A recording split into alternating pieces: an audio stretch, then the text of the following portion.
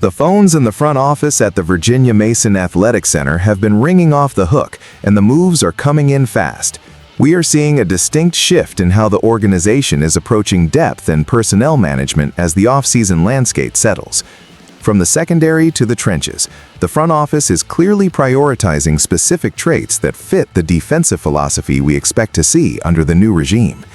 If you want to stay ahead of the curve and keep getting these exclusive insights, please help the channel reach 1,000 subscribers by hitting that button now. The Seahawks are making a calculated play to fortify the back end of their defense, and the arrival of Rodney Thomas II is a testament to that initiative. On Thursday, it was confirmed via reports from CBS Sports and NFL Network insider Tom Pelissero that the veteran safety has agreed to a one-year deal with Seattle.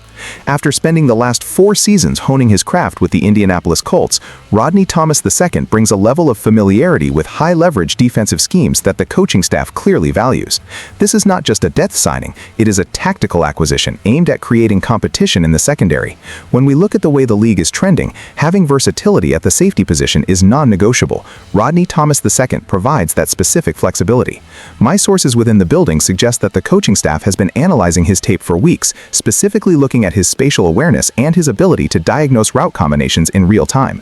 It is an interesting move because it signals that the team is not satisfied with the status quo, even if the current personnel seems established. From an analytical perspective, this contract structure is classic Seattle, low risk, high reward, and perfectly aligned with the salary cap management we have come to expect. If Rodney Thomas II can hit the ground running, he adds a layer of depth that could pay dividends once we reach the midseason grind. Fans should be excited about the physicality he brings to the table, as he is known for being a reliable tackler who does not shy away from the contact in the box. It is the type of move that flies under the radar during the chaos of free agency, but often proves to be the difference maker when the injury bug inevitably bites. However, the secondary is only one piece of the puzzle. While the defensive backfield is getting all the headlines today, there is a quiet yet equally critical development happening on the other side of the ball. The front office is also looking at the foundation of the offense, specifically how to maintain consistency in the trenches. If you think the defensive upgrades are the only priority, you might want to reconsider. The offensive line is the heartbeat of any championship caliber team, and the latest news concerning a familiar face in the rotation proves that the front office is playing a long game. With Rodney Thomas II locked in to compete for snaps, the question remains, how will the team handle the protection of the quarterback when the lights are at their brightest? We need to look at who is staying put to provide that essential continuity in the blocking scheme. If you want to keep getting exclusive insights like this and stay ahead of every move the team makes, make sure to subscribe to the channel now and join our growing community of die-hard fans. Consistency in the trenches is the bedrock of any successful campaign, and today, that principle was reaffirmed with the news that Josh Jones is staying in Seattle. On Thursday, it was officially confirmed that the veteran offensive tackle has signed a one-year extension to remain with the team. For those who have been following the team closely, this is a significant move. Josh Jones was a vital contributor to the rotation during the Super Bowl LX championship run, providing the kind of reliable veteran presence that is often undervalued until it is gone. When you look at the trenches, you are looking for guys who understand the system, can handle the physicality of the league, and are ready to step in at a moment's notice. Josh Jones fits that profile perfectly. His ability to play multiple spots on the offensive line gives the coaching staff the flexibility they need to adjust to injuries or changes in the defensive front. Analyzing the current roster construction, it is clear that the front office is prioritizing experience. By bringing back a player who has already tasted success within this specific scheme, they are insulating themselves against the volatility that often accompanies a younger, less experienced offensive line unit. This is about more than just keeping a roster spot filled. It is about maintaining the culture of toughness that defined last season. Josh Jones knows the assignments, he knows the cadence, and he knows how to prepare for the long haul. From a strategic standpoint, this signing allows the team to be more aggressive in the draft because they are not forced to reach for an offensive lineman out of pure desperation.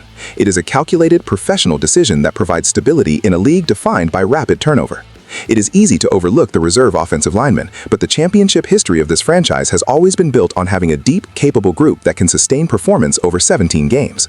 Josh Jones is a piece of that puzzle that the coaching staff clearly did not want to lose. It is a move that tells the rest of the locker room that the standard is set and the expectation is to return to the summit of the mountain.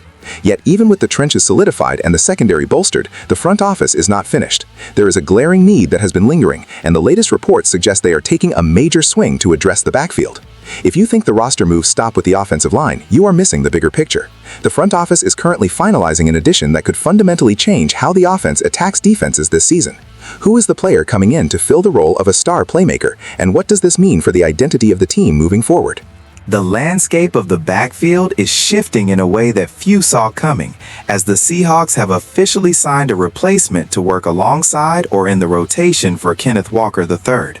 This move, finalized during the heat of free agency, signals that the coaching staff is looking for a specific type of production to complement the explosive ability that Kenneth Walker III brings to the field.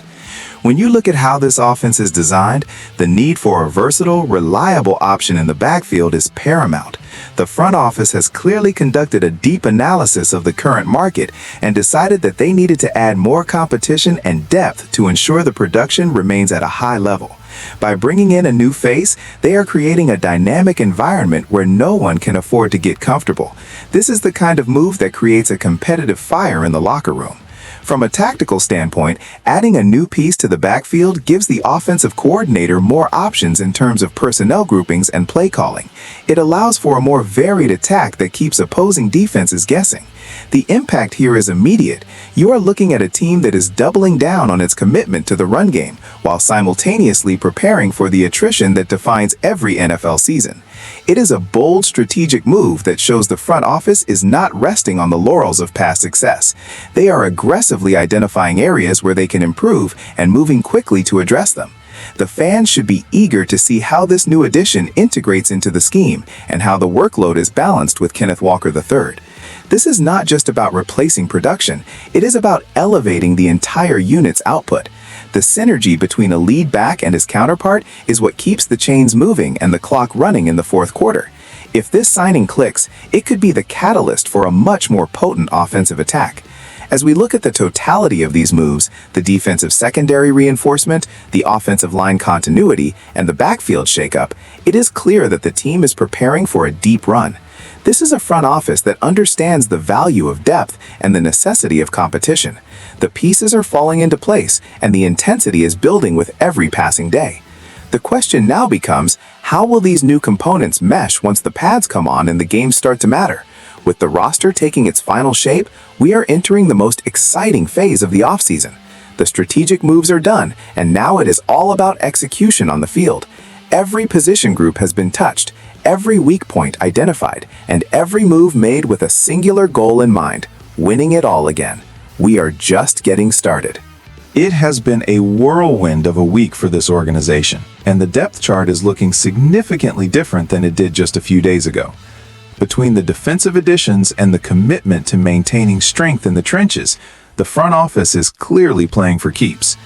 We have covered the major moves, but the real test is how these players integrate into the culture when the intensity ramps up. I want to hear from you. Which of these moves do you think is going to have the biggest impact on the field this season? Drop a comment below and let me know your take. Thanks for joining me for this exclusive breakdown, and I will see you in the next one as we continue to track every move.